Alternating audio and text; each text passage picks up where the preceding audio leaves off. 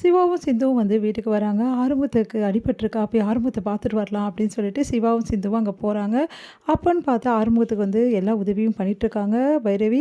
அப்போ ஆறுமுகம் வந்து சிவாவ நினச்சு ரொம்ப கவலைப்படுறாரு. அவர் பண்ண வேலைக்கு அதெல்லாம் தேவைதான் அப்படின்னு சொன்ன மாதிரி பைரவி வந்து சொல்கிறாங்க.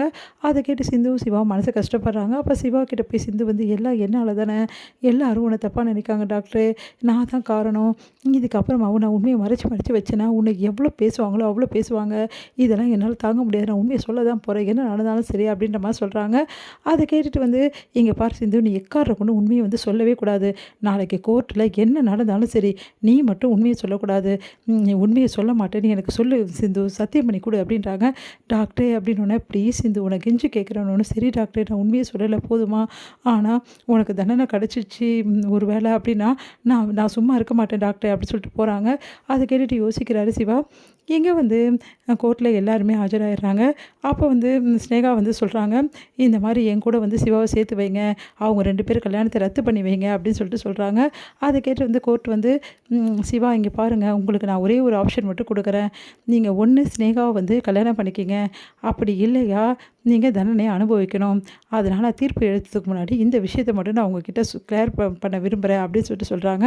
அதை கேட்டு சிவா வந்து என்ன நடந்தாலும் சரி மேடம், எனக்கு நீங்கள் தண்டனை கொடுத்தாலும் பரவாயில்ல, நான் செஞ்ச தப்புக்கு.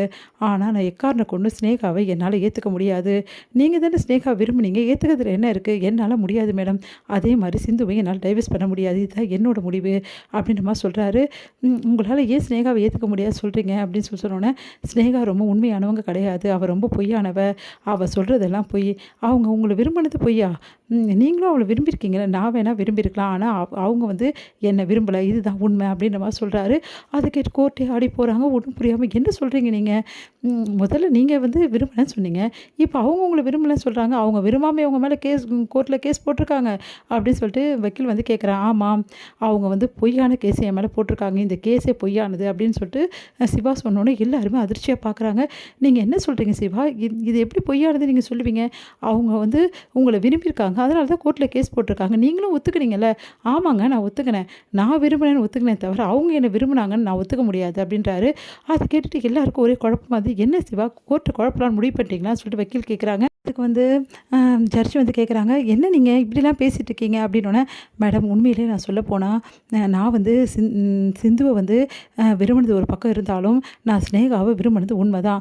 ஆனால் ஸ்னேகா என்கிட்ட உண்மையாக இல்லை, அதுதான் உண்மை அப்படின்னோடனே, இதுக்கு உங்ககிட்ட சாட்சி இருக்கா, அவங்க ஒன்று உண்மையை விரும்பலைன்னு சொன்னதுக்கு அப்படின்னோடனே, என்கிட்ட சாட்சி இருக்குது, ஆதாரமும் இருக்குது அப்படின்னு சொல்லிட்டு ராம கூட்டின்னு வராரு. ராம பார்த்தோன்னு பயங்கரமாக ஸ்னேகா அதிர்ச்சி அடைகிறாங்க.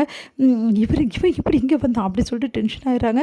உன்னை இவர் யார் அப்படின்னோடனே, இவர் தான் மேடம் எல்லாத்துக்கும் உண்மையெல்லாம் தெரிஞ்சவர், ஸ்னேகா பற்றி எல்லா விஷயமும் இவருக்கு தெரியும் அப்படின்னோடனே அப்படியே அதிர்ச்சியாக பார்க்குறாங்க.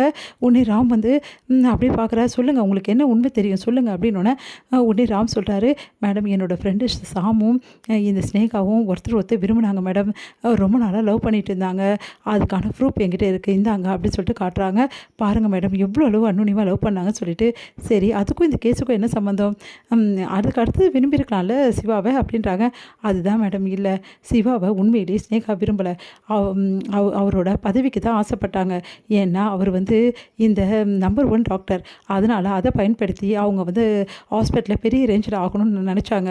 அதனால் என் ஃப்ரெண்டு அநியாயமாக வந்து இந்த உலகத்தை விட்டு அனுப்ப பார்த்தாங்க மேடம்.